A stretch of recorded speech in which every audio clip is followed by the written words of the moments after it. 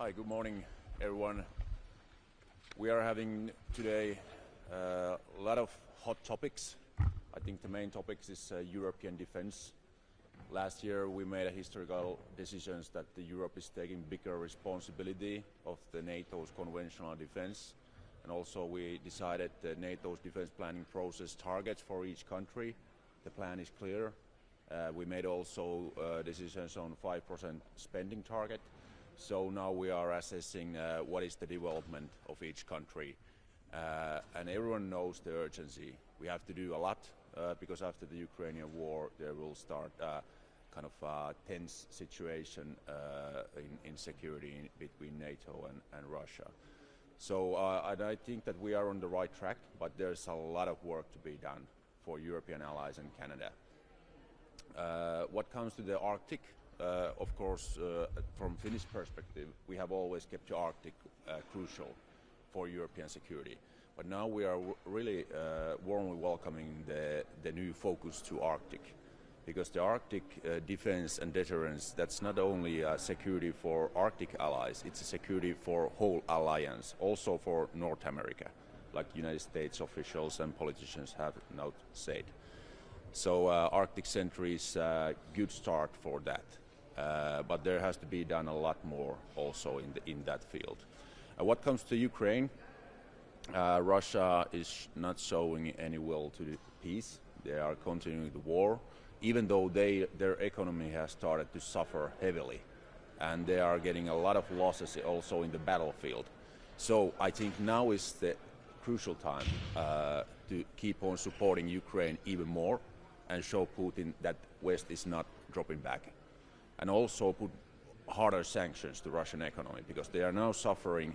If we are putting more harder sanctions, that will send a clear signal that end the war now. Thank you. What? Well, we are now assessing that what is the overall kind of details of that regional spectrum, and also that because Arctic is a wide area. For example, Finland's defense forces are fully Arctic because our country is Arctic. Finland's southern sea area, Gulf of Finland, is fully in ice at this moment. Also, our 1,300 kilometer border with Russia, it's in fully snow and ice. So that's also an Arctic area. Scandinavian high north area is Arctic, and that's a wide area. So we have to assess now what is going to be inside this Arctic center. For example, in Finnish area, we are doing a lot of Arctic exercises every week. We are going to have in a couple of weeks a huge exercise cold response with our Norwegian colleagues and a lot of allies in Lapland, in Finnish area. Why is this not Arctic Sentry? Why is this not just a rebranding of Arctic already existing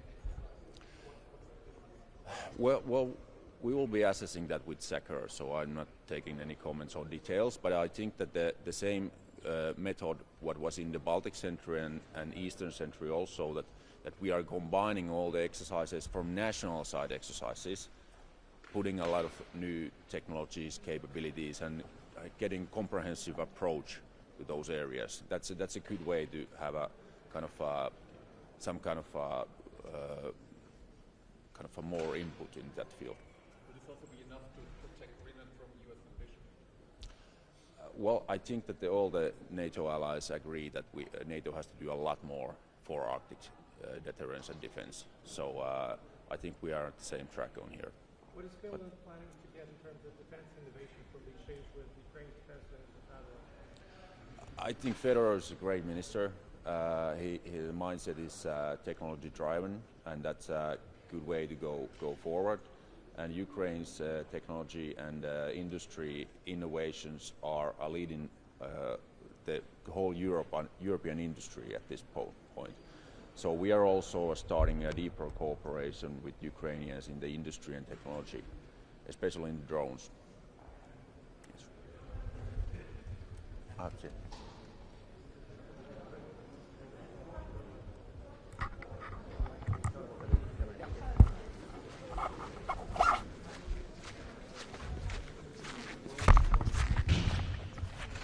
Good Good morning, everybody. We are, of course, looking forward for today's defense ministerial meeting inside NATO.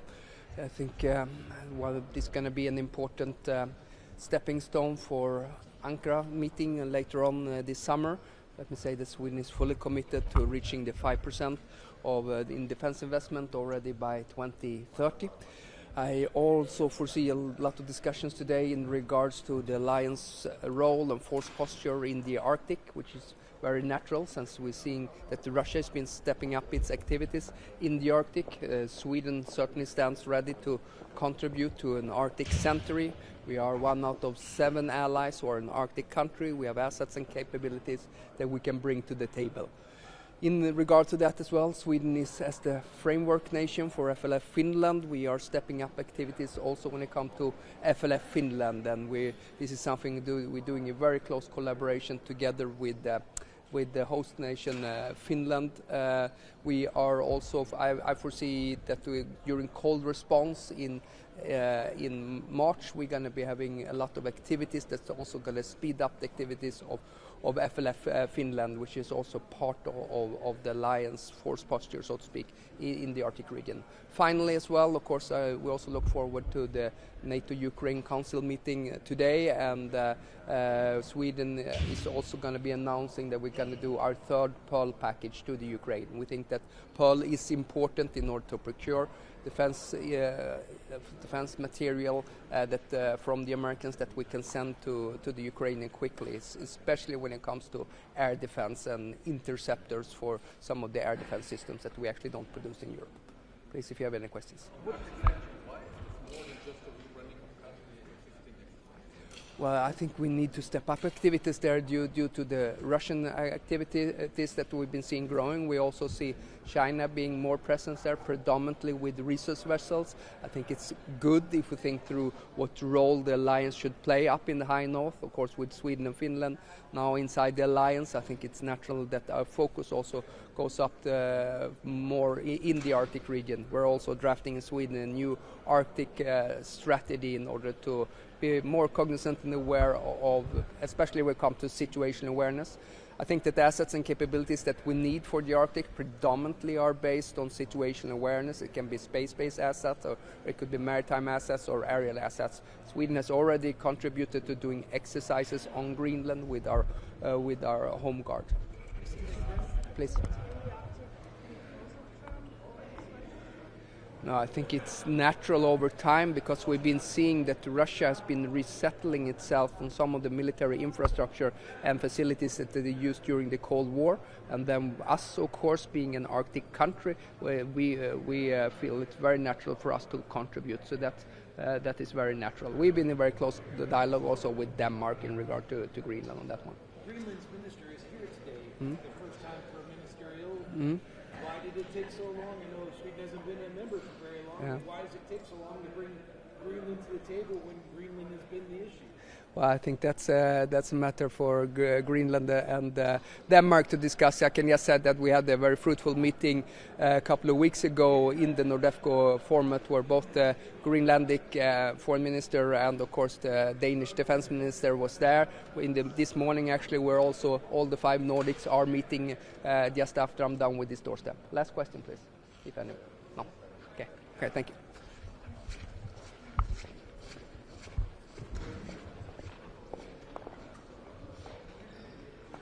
Good morning. My name is Þorgerður Katrín Gunnarsdóttir, coming from Iceland. Greetings from Iceland to you. It's good to be here in the NATO headquarters. I think we need now more unity than ever, and I would also say that unity is the center of gravity for the alliance. It's our biggest and most important strength. But it's hard work, and our transatlantic bonds must be kept strong, but it's also good to be realistic now during these times, and we are, from my point of view, we are seeing that NATO is inevitably changing, you could say so, but and we are seeing Europe stepping up, we are seeing Europe taking over more responsibility, more leadership, but I want to underline Our most common strength is our transatlantic bond, and we have to keep that way. NATO is a transatlantic alliance, and we strongly support that. Is Arctic Century a way of keeping that transatlantic alliance strong? Excuse me? Is Arctic Century? Yes, I would say so. Absolutely. And we in Iceland, we have been. I've been a minister for over a year, responsible for foreign affairs and defense, and I've been here in this remarkable house advocating for more focus also on the northern flank, and Arctic Century is doing exactly that, keeping the alliance strong in the North Atlantic and the Arctic area. Do you think it's enough to satisfy the US administration? I think it's an important signal. We are together in this. We are increasing surveillance and more military exercises there and missions. So yes, absolutely, that's a very strong signal that it's under the NATO umbrella. That is, from my point of view, also very important. That is done from NATO side, and also important for Iceland and security in all this region, important region. Why is Arctic Century more than just a rebranding of power? Maybe because of the word I said in the beginning, united. We are more, I think, from all the discussion, very heavy discussion, and we have been, I would say the alliance has been tested, especially in the beginning of the year, but we are now more united than in the beginning of the year, and it's not just the US and Denmark and Greenland that are focusing on enhancing the security in the North Atlantic. It's all the alliance, and that is really important. Thank you so much. Thank you. Excuse me? Yes.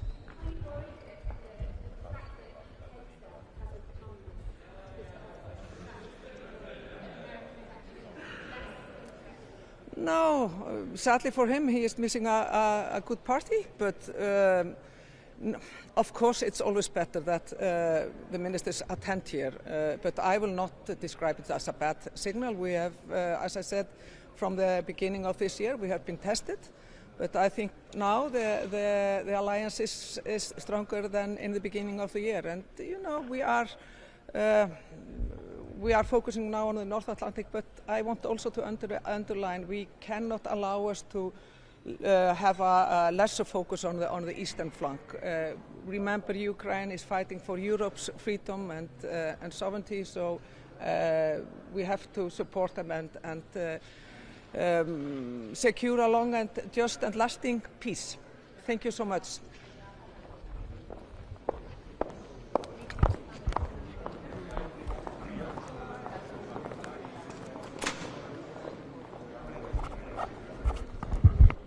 Today it's a special occasion for me because it's my last NATO Defence Ministers meeting. I'm very happy that I can share with my colleagues today that the new government starts in 2 weeks and that we have 3.5% in our books. So over the next 10 years our defence budget will grow every year towards 3.5% in 2035. And I think that's very important because then we show that the commitment that we made at the Hague Summit that we are now implementing it with full force. In the meantime, of course, we also keep contributing to our defense and deterrence. Today I can announce that our mission in Romania with the MQ-9 Reapers, that we will extend it with half a year, which is very important for our situational awareness at the eastern flank. And second, we are very active as the Netherlands in the High North. We also participate in the exercise Cold Response at this time.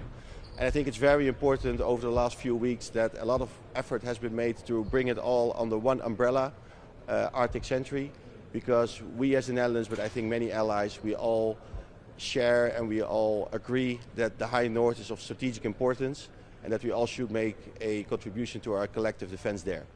Finally, of course, we also will talk about support to Ukraine, which is more important than ever. Ukraine is facing a terrible winter, but we need to make sure that we get them through this winter and that we bring them in a better position towards the spring. Over the last few weeks, the Netherlands has provided hundreds of millions in drones and ammunition. Today I can announce that we will also send F-16 simulators because we keep helping Ukraine with their F-16 operations. And in the longer term, we also have the same level of support that we had over the last couple of years, around 0.25% for GDP. We also will have that in our books with the new government. So we can also share with our allies and partners that we do not only support Ukraine today and tomorrow, but also in the longer term.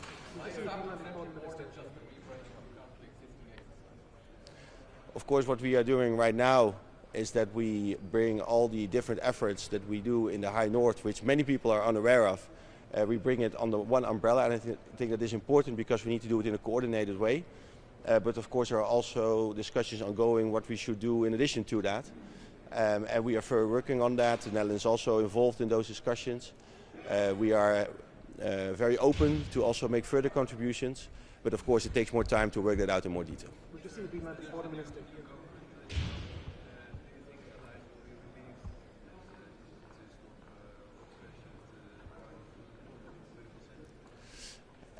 What I have experienced over the last 1.5 to 2 years is that I got hardly or no questions about the composition of our government and discussion that we have in the Netherlands. What our allies want to know is whether we deliver. Whether we deliver when it comes to our contributions to NATO and when it comes to our support to Ukraine. And I'm very happy that I can share with the new government that we will keep delivering on the commitments that we made. But it was also true for the last government. So that was the reason why I hardly got those questions. The Foreign Ministers here, Minister.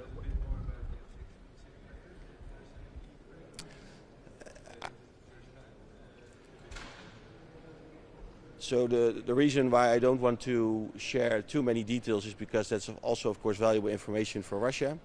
But what is important is that, of course, we gave the F-16, the airframes, a few years ago. But it requires continuous efforts to make sure that Ukraine can use them as effectively as possible.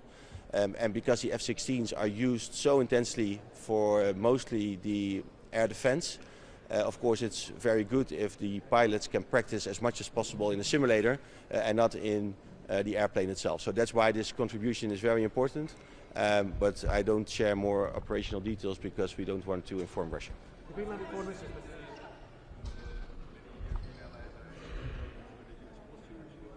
Mm-hmm.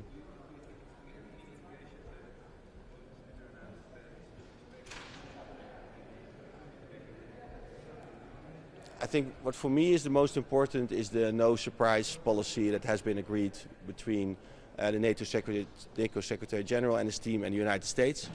We all have seen, of course, the security strategy and defense strategy of the United States. We know their priorities. NATO is one of them, but they want to put more effort in the Western part, the Western Hemisphere as they call it, and the Indo-Pacific. But as long as we do this through an open dialogue and we know what we can expect from each other, I think we can handle that very well. And what I know is that the conversations that are currently taking place are done in a very constructive way. Final question, please.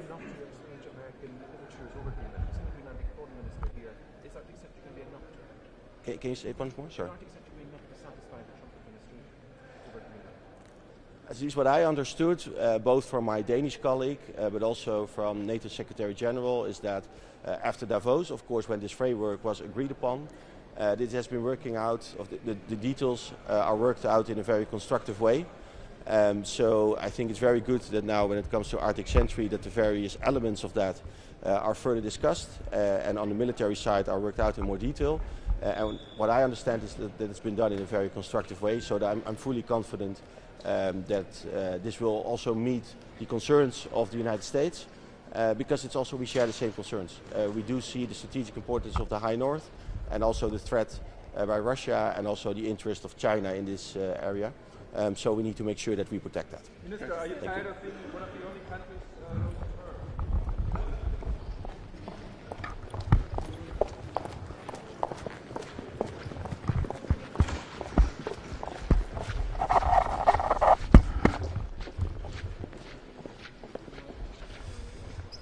Good morning, I'll keep this brief. Yesterday I was in the High North, confirming that the UK is doubling its Marines and its major military exercises there. This morning I'm here at NATO, confirming that Britain will play a central part in NATO's Arctic security mission, Arctic Sentry, to strengthen security in the region. This afternoon, I'll be confirming that Britain is providing an extra £500 million in urgent air defence to Ukraine. This is Britain being a force for good in the world, building a new deal for European security within NATO. And I'm proud of the UK's armed forces. I'm proud of the UK's leadership. I'm proud of the UK's commitment to our allies. We will back you. We will defend you. We will fight with you in this new era of threat and hard power. Thank you.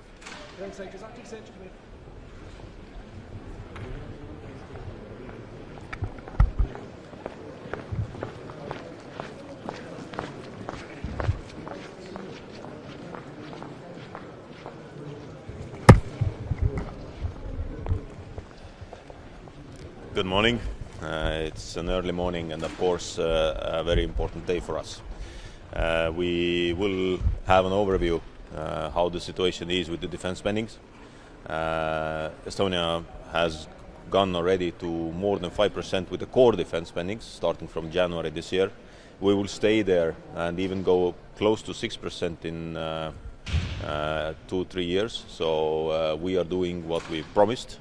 Not only 3.5 but 5% to core defense, and of course we would like to see that everyone will do its share, and it's important for us to get these capabilities we need to have the executability of the plans and also the capability targets. So this is first. Secondly, of course, Ukraine. We have Ukraine Council, and for us it is very important to remind to all of us that even despite European Union is doing something, also the NATO has to do a lot. We have to support Ukraine. There is a discussion about the next packages of the Pearl, but also that we have front-loaded already many activities. We would like to see that everyone will front-load as much as we can to support Ukraine. And of course, looking at Ukraine and Russia negotiations, and then at the moment it seems that Russia is struggling, so everything we can do also to push Russian shadow fleet to work with the sanctions, but this is more for the European Union, that Russia is struggling a lot. So we published also 2 days ago our foreign intelligence annual report. I suggest to read, and then we are publishing a bit how Russia is struggling at the moment in the economy, in the banking sector. So these are the main topics, and definitely a lot more will be discussed. So please, some questions. Is Arctic Sentry going to be enough to satisfy the US administration? Very good. Arctic Sentry is, of course, also in the top in our agenda, and I'm very glad that yesterday it was officially launched. But we also have to understand that doesn't take away the focus from Ukraine, from the eastern flank, from Baltic Sentry, Eastern Sentry. But regarding the Arctic Sentry, let's be very clear that when one of the allies feels that the other allies have to contribute to some region security, then we need to do that. So and of course Estonia also said that we are ready to contribute to the Arctic security. We were part of the planning group also for the Arctic Endurance, what was the Danish exercise. And well, for us it is important to give the confirmation and certainty also to our American colleagues and friends that if they feel threatened, then we are with them. So as we have been always, even after 9/11, and also many Estonian troops and many Estonian soldiers lost their lives during these missions. So this is important for us to be together, and transatlantic relations are extremely important. What do the problems in the Russian banking sector mean for Ukraine and security rules in Europe? Well, we clearly understand that it's not only the battlefield where Russia needs to be pressured. It's also the economy, it's also the society, because only internally the change can come in Russia. So of course, when the influx of money to the war machine will be reduced, then this will have an impact also on the battlefield, as it has an impact to cut the Starlink, for instance. So everything we do collectively to pressure Russia is good. So last question. So well, actually, we don't have anyone, so you can have some more questions. Minister.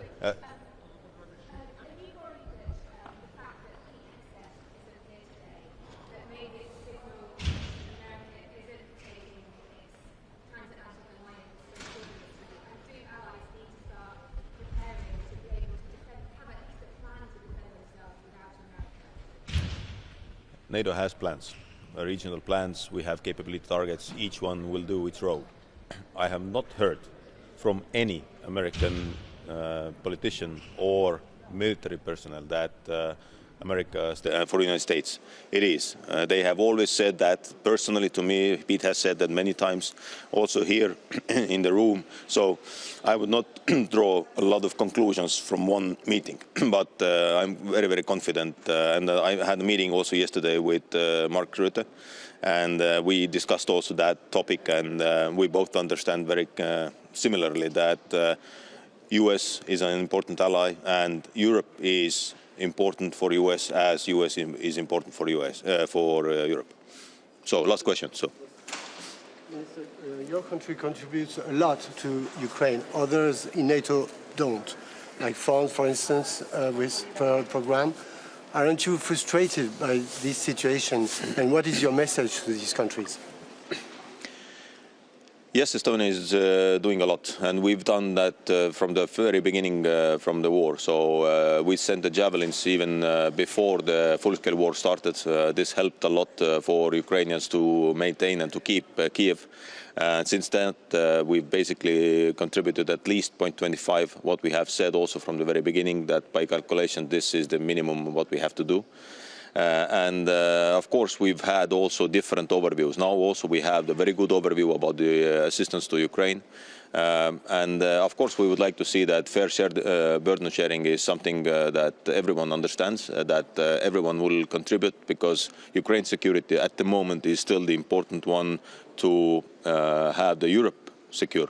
So I'm not frustrated, but of course I will talk to my colleagues that everybody should do their fair share, and we are all standing for the same thing, which is the free Europe and free Ukraine. Thank you very much.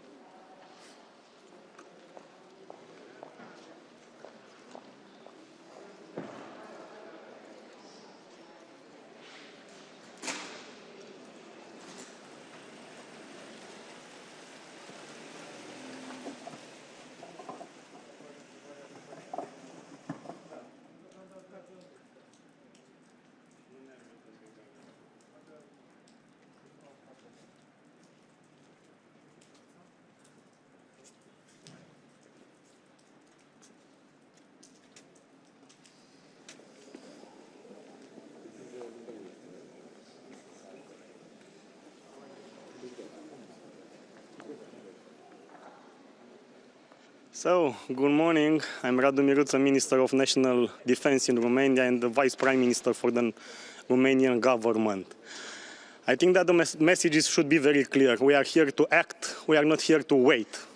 And also, I'm here in order to push our national defense industry in the first rows. Why? Because it's very clear that all the European Union need to scale the production, need to extend the production.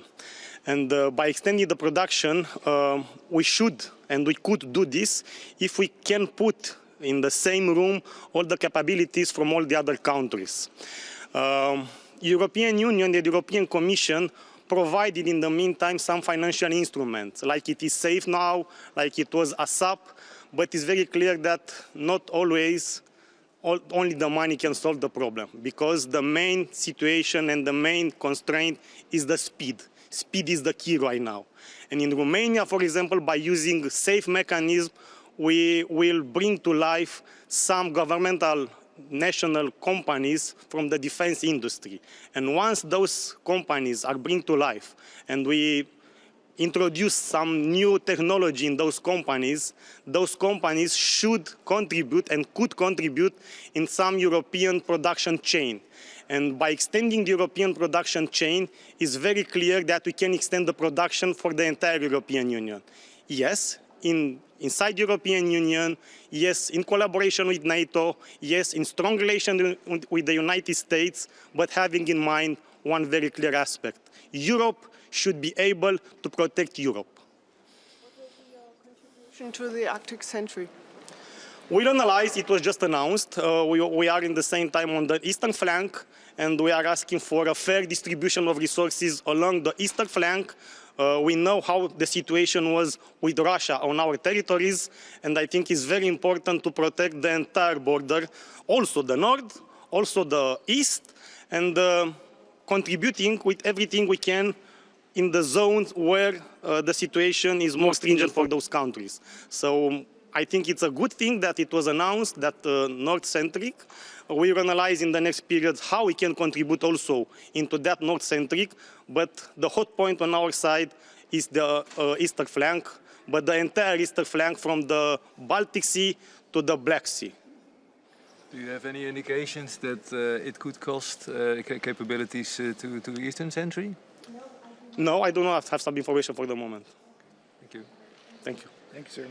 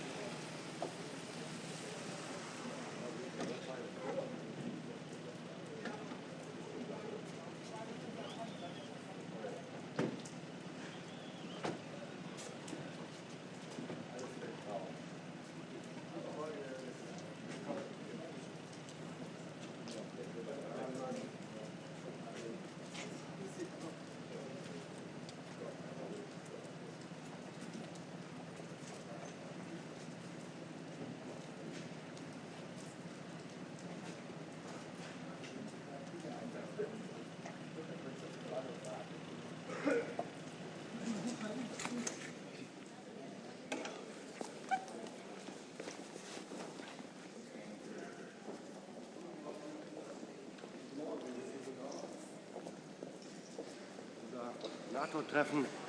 Frühjahr, danach ist er zwar nicht, aber unser Frühjahrs-NATO-Treffen der Verteidigungsminister fokussiert sich zum einen auf das, was jetzt ist, aber auch schon auf den NATO-Gipfel in Ankara.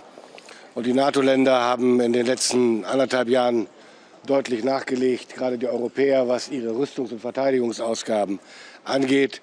Deutschland, das wissen Sie, wird alleine in diesem Jahr 108 Milliarden Euro für die Verteidigung ausgeben. Damit bauen wir unsere Fähigkeiten mit hoher Schlagzahl aus. Und ich freue mich sehr, dass das eben auch Auswirkungen hat auf eines unserer wichtigsten multilateralen Kooperationsprojekte, ELSA, European Long Range Strike Approach. Wir steigen ein mit einer Unterzeichnung heute eines Abkommens in die Produktion von Drohnen und Loitering Ammunition mit einer Reichweite von 500 Kilometern.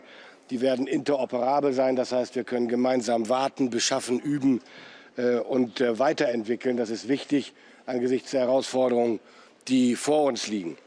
Wir unterzeichnen, wie gesagt, heute eine Vereinbarung dazu und damit steigen wir in die nächste ganz wichtige Phase dieses Projekts ELSA ein. Und damit stärken wir, und darum geht es in diesen Tagen mehr denn je, die europäischen, konventionellen europäischen Abschreckungs- und Verteidigungsfähigkeiten innerhalb der NATO. Ein weiteres Thema heute und in den kommenden Wochen bis zum Gipfel und dort dann selbst auch wird sein der 360-Grad-Ansatz, den ich immer wieder propagiere, von dem ich immer wieder spreche. Ich glaube, es wird Zeit, dass wir unsere Radarsysteme der NATO in alle Himmelsrichtungen ausrichten, ohne dabei zu vergessen, dass Schwerpunkt natürlich die Ostflanke der NATO bleibt. Daran führt kein Weg vorbei. Aber klar muss eben auch sein, Russland ist in vielen Teilen der Welt unterwegs und Russland sucht die Konfrontation eben auch in anderen Regionen, so wie zum Beispiel in der in den letzten Wochen aus bekannten Gründen zu Recht immer wieder im Gespräch befindlichen Arktis. Dem hohen Norden kommt dabei, das wissen Sie, eine besondere Bedeutung zu. Er ist gewissermaßen die Verbindung zwischen Nordmeer, Nordatlantik und Atlantik und damit ganz wesentlich, vor allen Dingen auch für die Versorgungswege zwischen Nordamerika und Europa.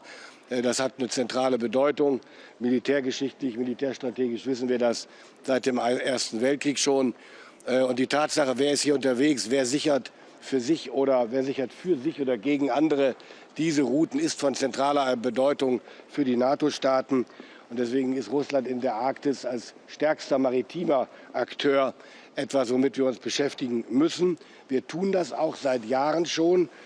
Und deswegen begrüße ich sehr, dass wir jetzt mit Arctic Sentry den nächsten Schritt machen.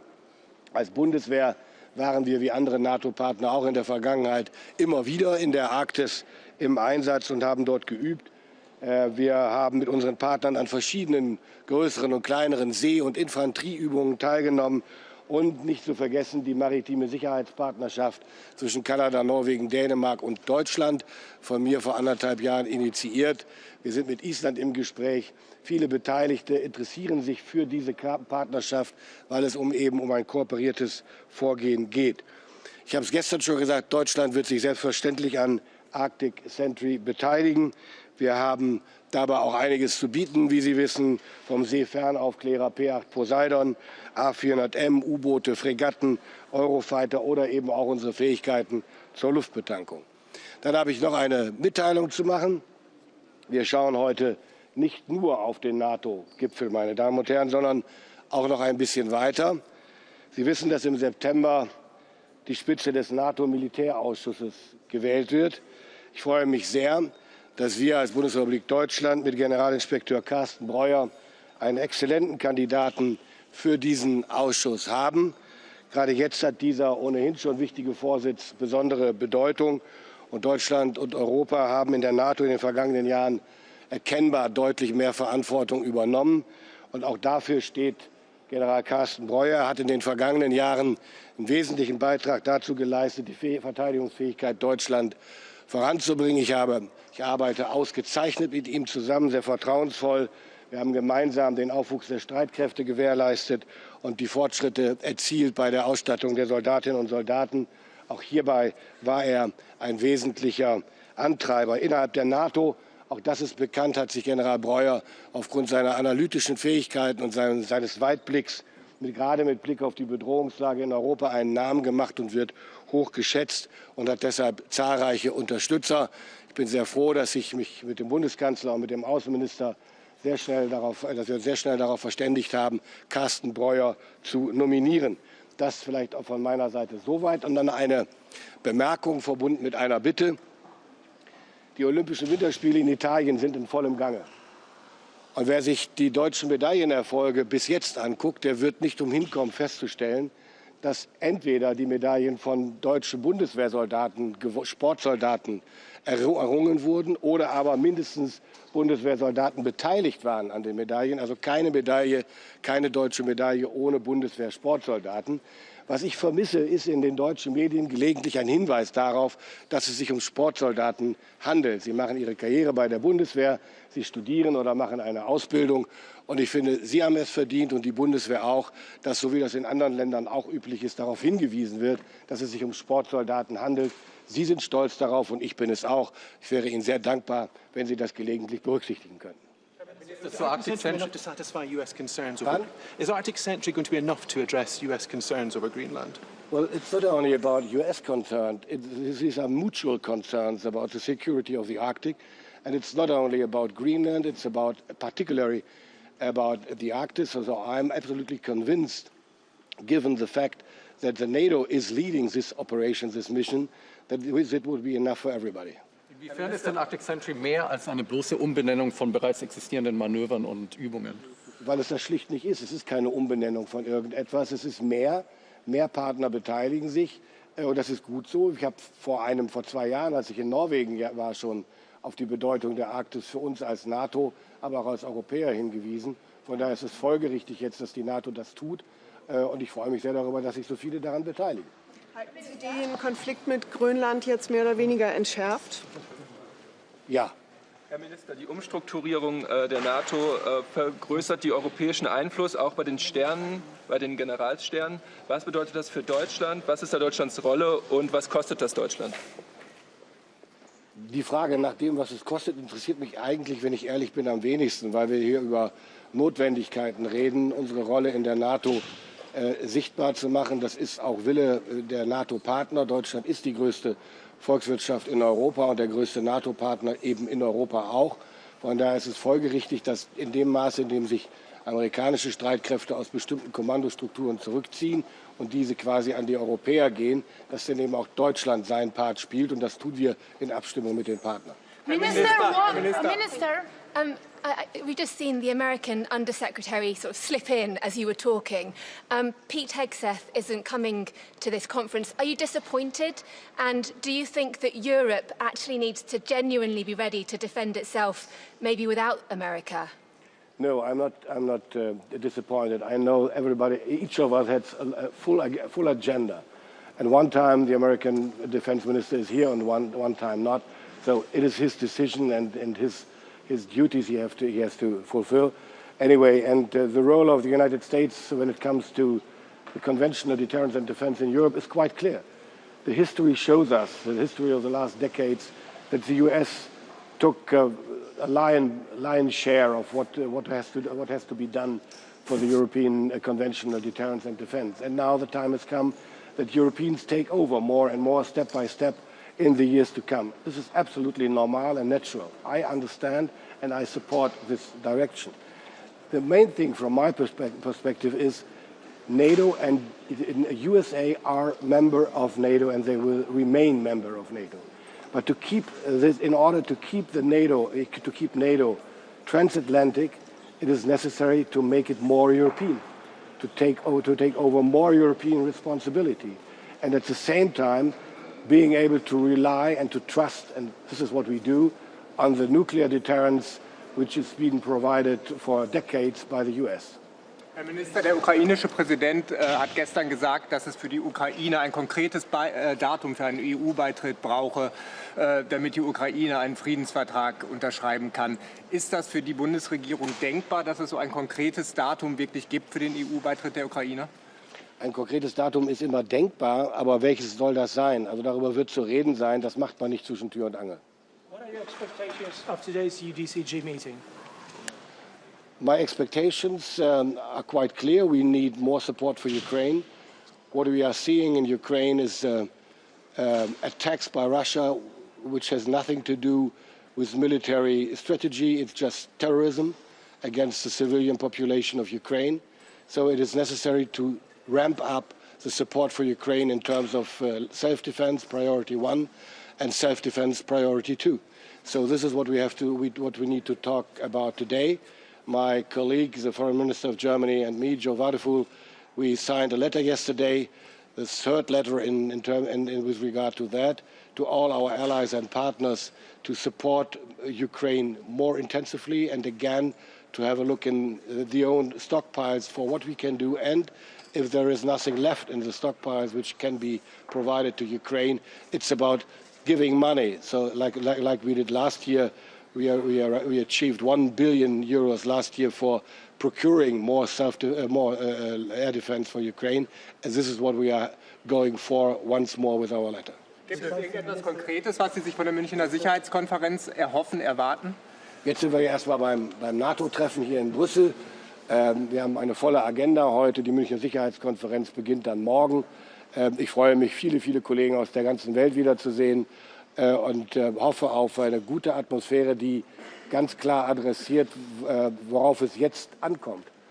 Nämlich, dass die Welt, die demokratische Welt, die Welt, die sich der internationalen regelbasierten Ordnung verpflichtet fühlt, geschlossen bleibt, sich nicht auseinandertreiben lässt und ein klares Commitment abgibt zur Sicherheit aller.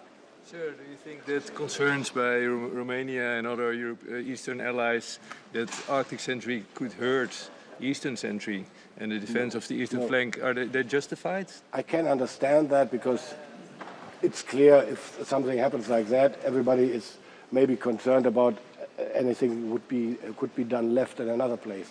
But there's no reason for that.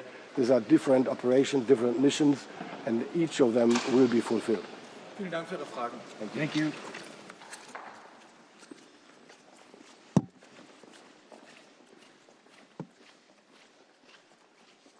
Good morning, ladies and gentlemen.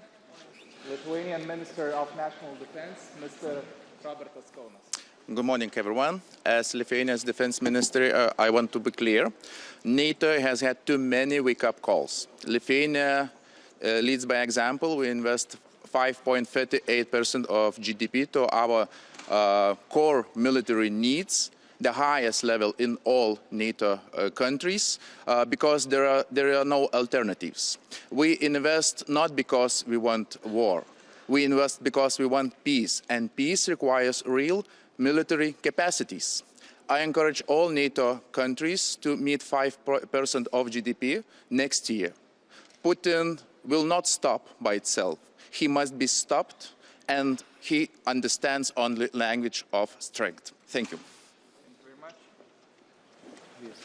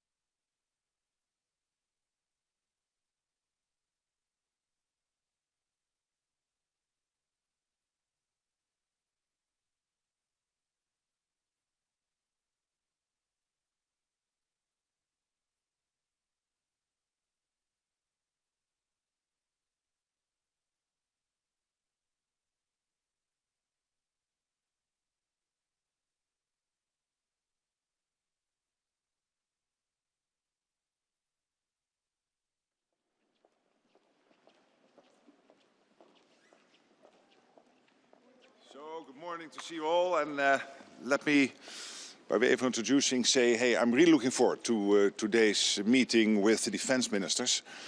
It will be very much about the implementation of what we decided in The Hague, ramping up Canada and Europe when it comes to defense spending, across the alliance, making sure that the defense industrial base is producing the output we need to be able to deter and defend ourselves. And obviously Ukraine, where you just heard the good news from John Healey, the UK Defence Secretary, Secretary of Defence, announcing £500 million in air defence, both bilateral and Pearl, for Ukraine. And this is really important because Ukraine, as you know, they are really staunch, they are fighting back, but they are also still hit with missiles, etc., on their civilian infrastructure and innocent civilians. So this is important. But what you see overall is a picture of Canada and Europe stepping up, spending billions more on defense, ramping up the defense industrial base, keeping Ukraine strong. So I think this is very important. We will take stock today and then chart out the course towards our summit in The Hague. So I take a few questions because we will see each other later today at the press conference. Sir. Secretary General, there's Arctic Sentry, Baltic Sentry, Eastern Sentry, Steadfast Dart. Norway is doing a cold response. Has there ever been so many NATO exercises planned in such a precise period of time as we're seeing right now? Well, thank you for that question, because I'm not sure it is more than, let's say, 10 or 20 years ago, but it clearly shows you that the threat is there. The long-term Russian threat is there. And we should not be naive, by the way, about China. And when it comes to the Arctic, it is not only Russia. It is also China. We know that sea lanes are opening up, so we have to defend the Arctic and bring together all these various initiatives. And then charting a way ahead, making sure that we identify the gaps which are there, and then making sure that we can fill the gaps, and taking into account all the latest technologies through our Allied Command transformation. There's exactly evidence that NATO as a whole, the US, Canada, the European allies, are working hand in hand together to make sure that we defend every inch of NATO territory. Yes, sir. You said yesterday that the US administration is fully aware of the situation in Ukraine. Yes. So aren't you a bit frustrated by the lack of pressure this administration is putting on? I think that is not fair. Of course, you can ask me any question, but I think the statement within the question is not fair. The US is putting every pressure on Russia, as the Europeans are doing, through the sanction packages. Look what has been happening with Lukoil and Rosneft and all the other stuff the US is doing.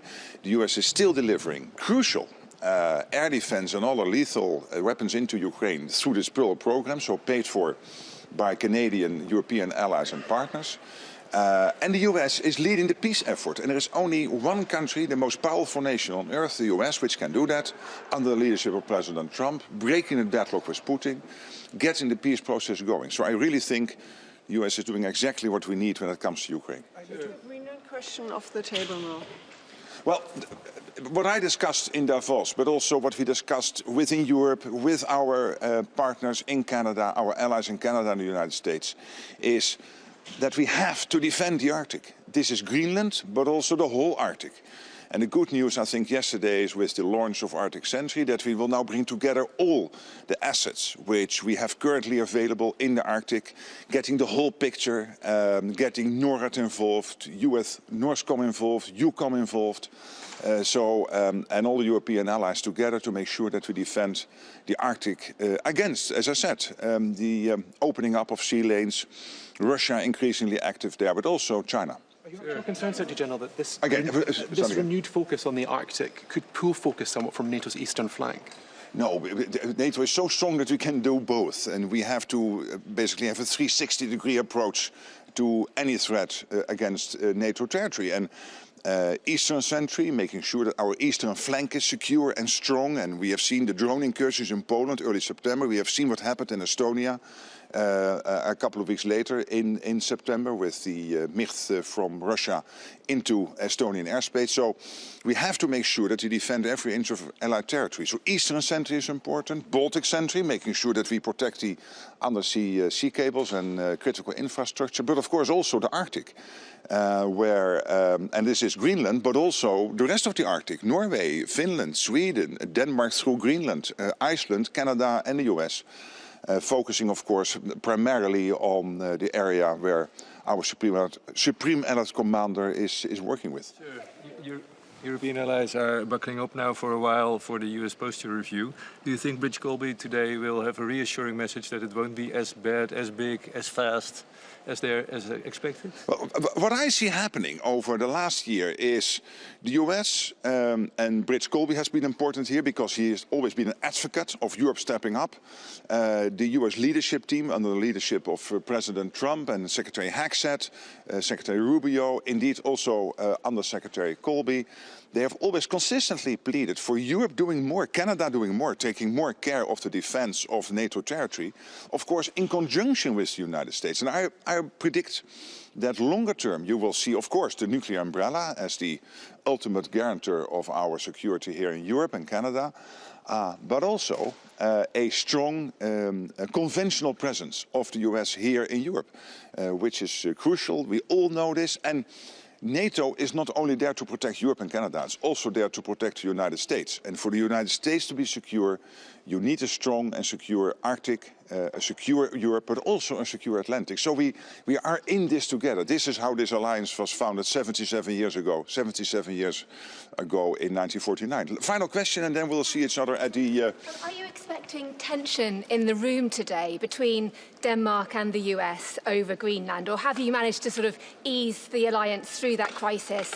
And are you disappointed that Pete Hegseth isn't coming? Is that a signal that the US actually isn't that interested in its transatlantic bond? Well, on the first question, what I'm seeing is that as an alliance, we came together to discuss this threat assessment when it comes to the Arctic, which is, yes, Greenland, but also the whole of the Arctic area. So including our new members, our new allies from Sweden and Finland, who bring a lot of experience when it comes to this. Take Norway, which has been in the alliance for so long, I think from the start, if I'm right. But Norway bringing this incredible experience and knowledge when it comes to the protection of the high north. I know this because Dutch Marines have always been training there. So not personally having that knowledge, but my brother and knowing my friends who were training there in cold weather conditions. So we have that collective experience in NATO that we have to defend the Arctic. This is what the Greenland discussion was about, but also the wider Arctic discussion is about. And I think with Arctic Sentry and the trilateral talks ongoing between Greenland, Denmark and the United States, this is all important to make sure that we prevent Russia and China from getting access, but also to protect the whole region. And when it comes to Secretary Hagsett, I mean, I'm in regular contact with him and all the senior officials in the United States. Of course, the American president, #1, the overall leader of the US, but also his whole foreign leadership and defense Secretary of War leadership team. But hey, they have to take care of the whole world. This is the United States. NATO is very important, but there is also the Western Hemisphere. There is also the Indo-Pacific. I totally accept it, agree with it. And I had dinner last night with Elbridge Colby. I think he has been a consistent voice of, hey, Europe, do more. Because as a United States, we also have to pivot more towards the Indo-Pacific. Let's make sure that collectively we keep Europe strong and Canada and the United States, so NATO territory. But also make sure that we keep our eyes on the Indo-Pacific and not be naive about China. So having him today in the room, I think is really having added value. So I'm happy he is here. I totally accept Pete Hegseth also having to take care of all these other responsibilities. Thank you so much, and we will see each other later today at the presser around 3 o'clock. Yes. Thanks. Bye.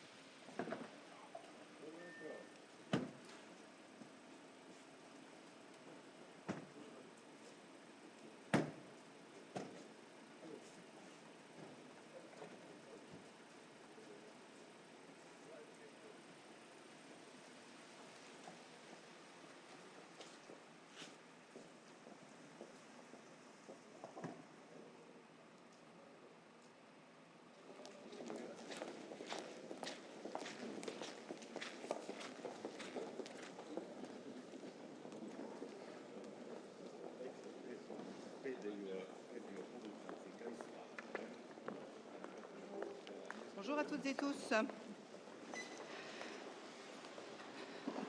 Mes premiers mots seront évidemment pour rappeler l'attachement de la France à l'OTAN. Alors vous l'avez vu, cet attachement, il se décline de manière extrêmement concrète. Nous sommes actuellement nation cadre en Roumanie pour une opération de l'OTAN. Nous sommes aux côtés de nos amis britanniques en Estonie et bien évidemment la France sera engagée aux côtés de l'OTAN pour Arctic Sentry, comme bien sûr nous avons également été au moment du Groenland autour d'Arctic Endurance. Et derrière toutes ces démarches de l'OTAN, je veux immédiatement penser au sujet de ce matin qui va être notre soutien à l'Ukraine. J'étais samedi en Ukraine. J'ai eu l'occasion, bien sûr, de rencontrer le président Zelensky.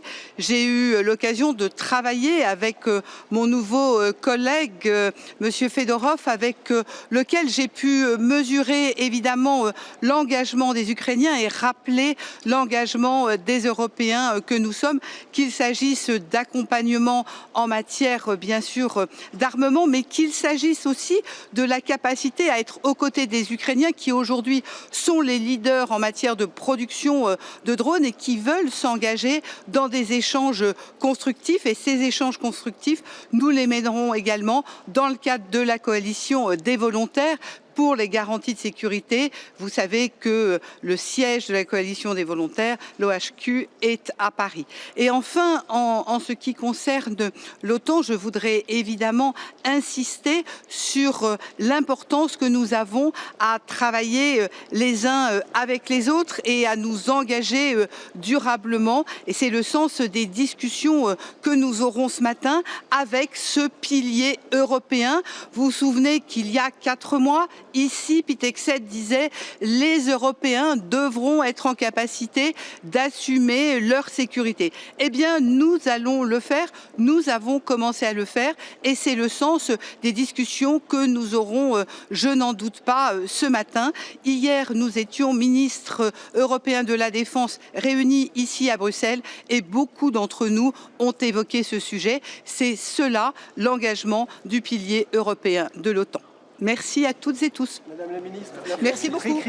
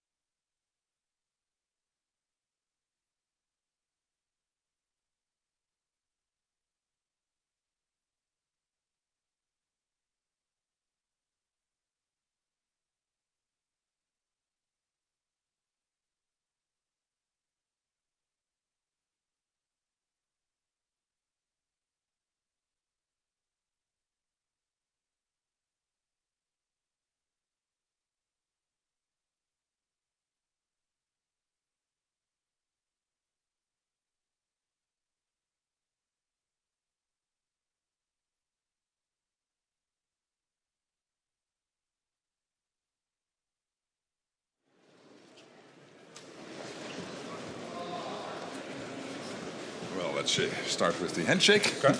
Hey, good morning again. Good to see you. Yes. Good to see you. Hi. Good morning. I'm really happy that Under Secretary for Elbridge Colby is here today. He has been a consistent voice over the years for Europe and Canada to really step up when it comes to defense spending, when it comes to defense industrial production. Absolutely acknowledging the fact that the United States, being absolutely committed to NATO, also has to take care of the situation in the Pacific and has to pivot over time more towards the Indo-Pacific. And therefore, Europe and Canada stepping up is really crucial. Of course, since President Trump was re-elected, the whole American leadership team, under the leadership of President Trump, has been pleading with NATO and European and Canadian allies to do more. And the good news is, the billions are coming in. I mentioned yesterday Germany spending in 2029 152 billion, 152 billion euros, which is double what they spent in 2021. So it is really happening.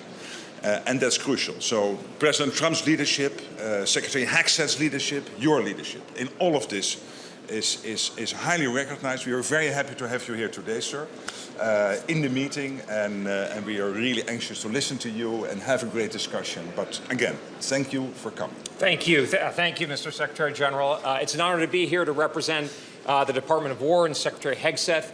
And I think I'll just reiterate what the Secretary General said with President Trump's and the Secretary General's historic leadership. I think 2025, you saw a reframing and a real genuine commitment because of the President's leadership and the SecGen's leadership to actually have a Europe that leads the conventional defense of NATO, which in a sense, as I'm going to say today, is really a return to NATO 1.0. This is a serious alliance focused on defense and deterrence, and it's greatly thanks to your leadership, Mr. Secretary General. And so I think this year we actually have a good message to say, which is now it's time to march out together, to be pragmatic, to be focused on the kind of flexible realism that the national security strategy and the national defense strategy are based on and really exhibit. And I think we have a really strong basis for working together in partnership, but putting NATO kind of a 3.0 NATO that's based a partnership rather than dependency, and really a return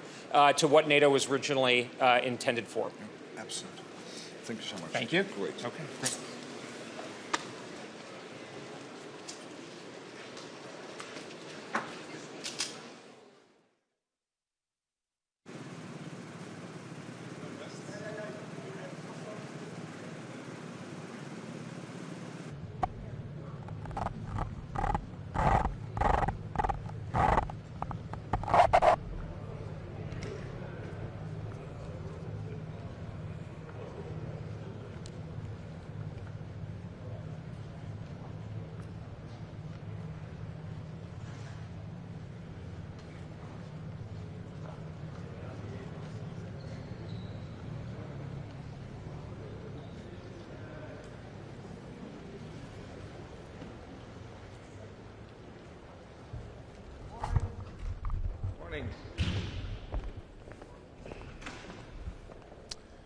Morning.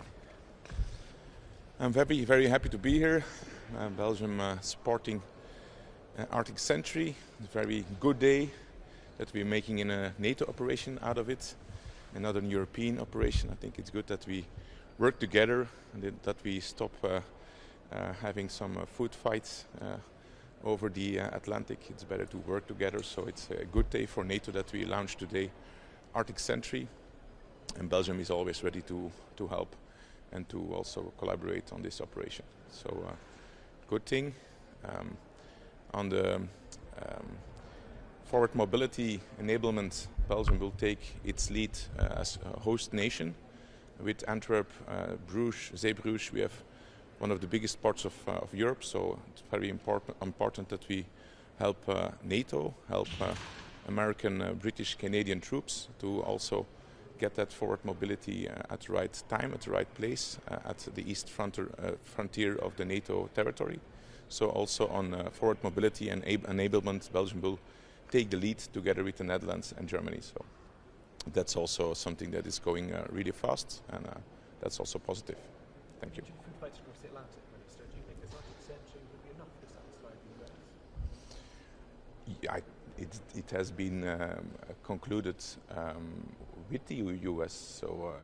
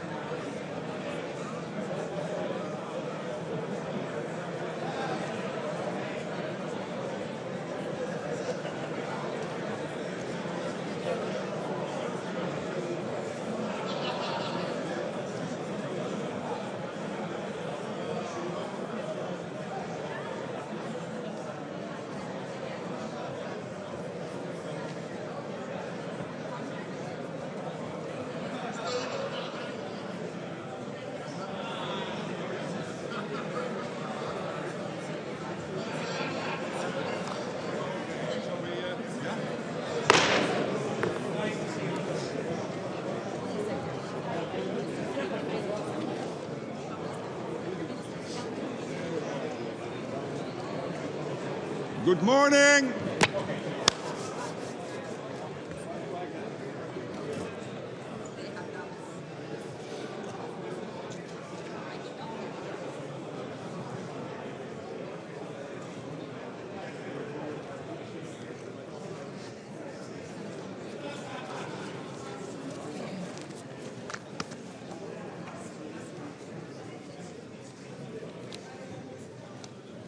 Good morning, all of you, and welcome to this meeting of NATO defense ministers.